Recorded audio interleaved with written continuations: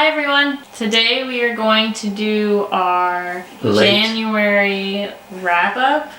Yes. Yeah, it's late. It's a late January wrap-up. Yeah, it's been cold. It has been cold. Honestly, our only excuse is that it's been cold. Welcome to Canada. So at the beginning of January, I finished the whole Hunger Games series. That's right. So that was the big, big accomplishment. Those were my big reads in January. So I guess saying that I didn't read a lot you read a whole trilogy. I had read a whole trilogy. It's an ebook, and for some reason, ebooks are hard for me to register because you can't something. hold it. Yeah, so I did that, and I do have a lot of opinions on that.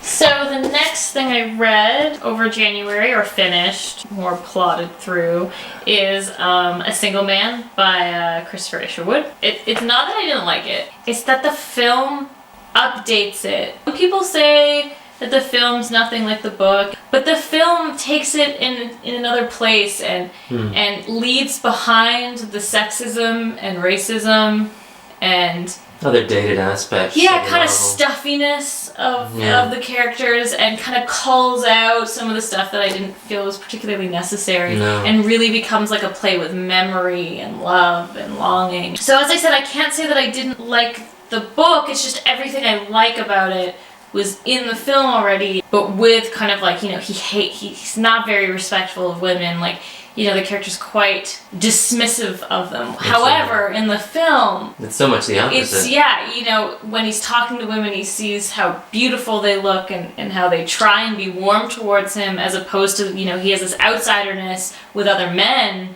unless there's some sort of romantic tension there. And women, there's never that outsiderness. He's always included with women. And I don't find the book represents that very well, or very particularly respectfully. He's very like, they're just housewives. The one scene in particular is when he enters his office for the first time. In the book, he's just like, look at all these drones working away trying to make me happy. I don't know the exact words, it's not the exact quote, but that's how it comes across. However, in the film, he goes through the same dialogue, the same, very similar everything, except there's a moment where he stops, because he thinks it's going to be his last day. That's right. And the director just infuses it with this burst of color as he goes these close-ups on her lips. And then he says, thank you for, doing this job. That line's not in the book. No. He doesn't take that moment and appreciate them. He just brushes over the secretary that's like kind of trying to help him.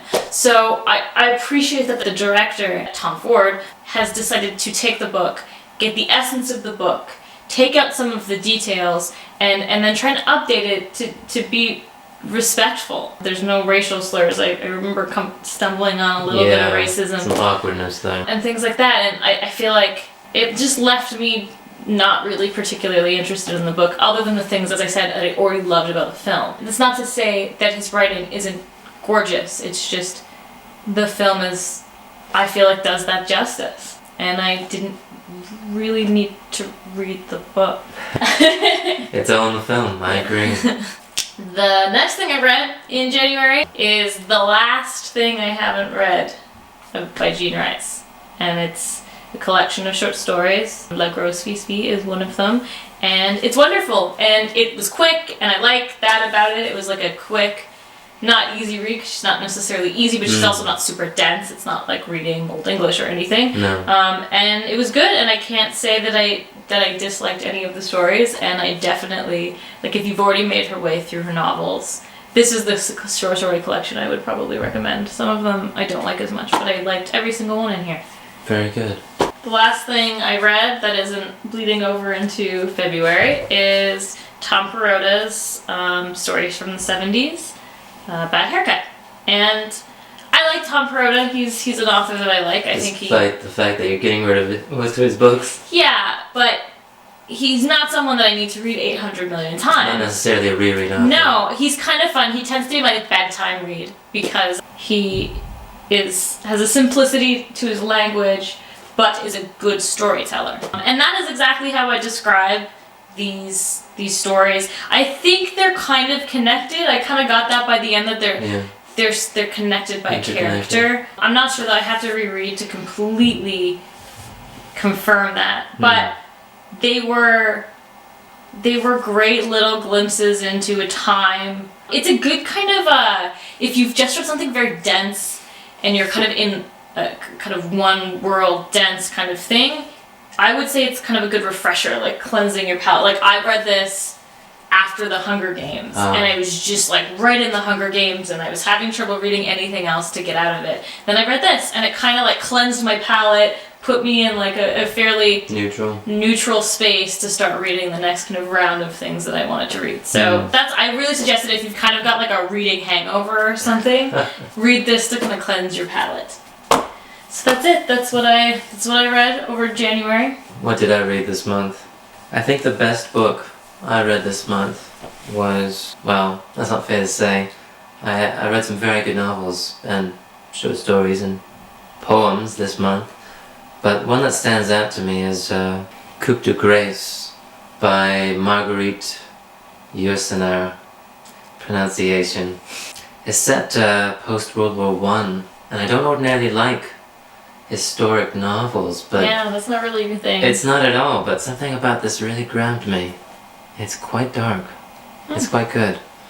Another dark short story collection is Carson McCullers' Ballad of the Sad Cafe and Other Stories. And I'd read a few of the stories a few months ago, but I didn't finish it until now. And I don't know why I stopped. She's a fantastic writer. Yeah. I can't believe it's taken you so long. Yeah, I know you love it too. Yeah. I just blew through these once I came back to them. I don't know why I stopped. The next book I read actually because you're reading Elizabeth Smart and have been for a few months now. I keep raving but not finishing her myself. That's right. You've been reading by Grand Central Station. For months. You could argue I've been reading it for years. I mean, the same. I keep coming back to it and not finishing it. And it's the kind of book that you have to start again from the beginning once you've stopped. Yeah. At least I find. Yeah. Her style is just... That's amazing. It's incredible. So I read The Assumption of the Rogues and Rascals, also by Elizabeth Smart. Again, her style is just so unique, so... I know. It's hard to describe her, especially in these collections where it's pieces. Yeah. Because, like, you know, she has such a range of style that you get in, like, the headspace for one style, and then you're into another section of the book. And this is all the more jarring because it's more fragmented. See, there's shorter pieces, and again, varying styles that really throw you off kilter. You don't know what to expect. And interestingly enough, I'd actually compare aspects of it to Kathy Acker. Not so much in Grand Central Station, but Rogues and Rascals. That's awesome. A bit of Kathy Acker. Another writer that I can't finish any of her books, even though I consider her one of my favorite authors. Oh, she's fantastic. Now on to the poetry. I'm still reading a lot of poetry. This month it was Frank O'Hara's Meditation in an Emergency, and I actually read this because Zoey and I have been watching Mad Men. And in Mad Men, he reads the book, he sends it to someone, we don't know who, and then we find out later in the season it's a big mystery. Yeah. Didn't quite live up to my expectations, but there's a lot I like about it, and I think I will try another collection of Frank O'Hara's, see what he's about. I also read A Coney Island of the Mind by Lawrence Ferlinghetti, and love Ferlinghetti. He's fantastic. His style is just, he likes to fill a page, you know, he likes to space it out in such a way that it's almost winding across the page, you know, it's fantastic. And of course Ferlinghetti started City Light Books and published Ginsberg's Howl, so he has a special place in my heart for that alone. And the last collection of poetry I'd like to mention is Footprints by Denise Levertov. And Denise Levertov is a poet I'd never actually heard of. Probably because she's a woman. But what brought me to her attention was reading the collected poems of, I think it was Robert Creeley. And on the back of that collection, there were quotes, you know, endorsements by Ginsberg, by William Carlos Williams, and Denise Levertov. And I thought, well, she's in good company, I wonder who she is. And I wasn't disappointed. She's a fantastic poet, very political, and I think you'd really like her. She's fantastic. Well, even the title. Footprints. Yeah. Yeah, it's arresting. It is. I'm gonna read more of her, and you should do the same. If I can ever get through poetry. If you can get through poetry, I know it's not everyone's bag. I go through phases where I get in the mood and I read a bunch of poetry and then I kind of fall out of it. And tapers off. Yeah. Yeah, that's okay.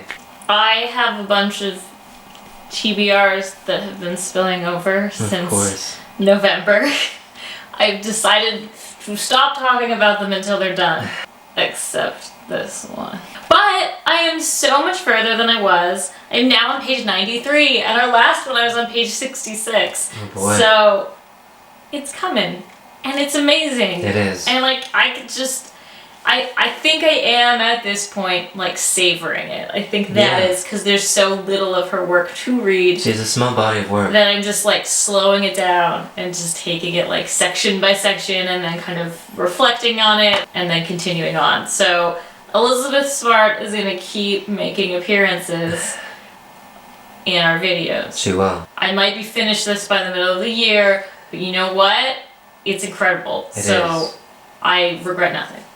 The next thing I started reading this month, and I'm on page 147, is Fantastic. Sylvia Plath's collected poems. I started reading this because Miram Frei of Lines and Life on Twitter asked me to buddy read it with her, and we both she couldn't handle the first like to the 50s, so then I kind of skimmed them and was like, no, this is not happening. So I skipped ahead to the 60s, and it's moving a lot better then. So if she's watching this, I'll like pick out the good ones and share them with you. However, it is going to be slow moving because it's quite dense to just read page and pages. Like there's a lot of poetry here. Certainly. There's a few that I really You can see a few doggies. yeah, that I really like. I think The Sleepers is one of them, which is she wrote in October 1959, so it's in the 1959 poems.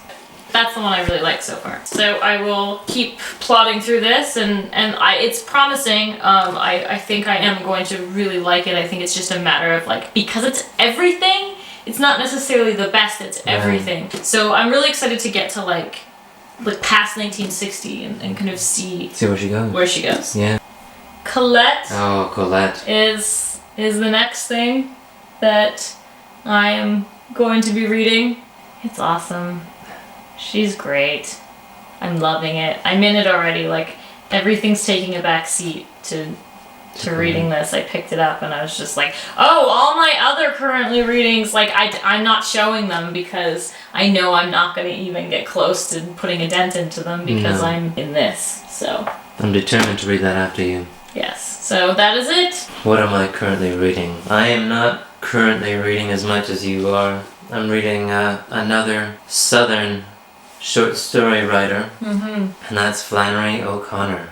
Everything that rises must converge. It's so... I started it incredible. like a few months ago. It's great. She is such a strong writer. So that's Flannery O'Connor.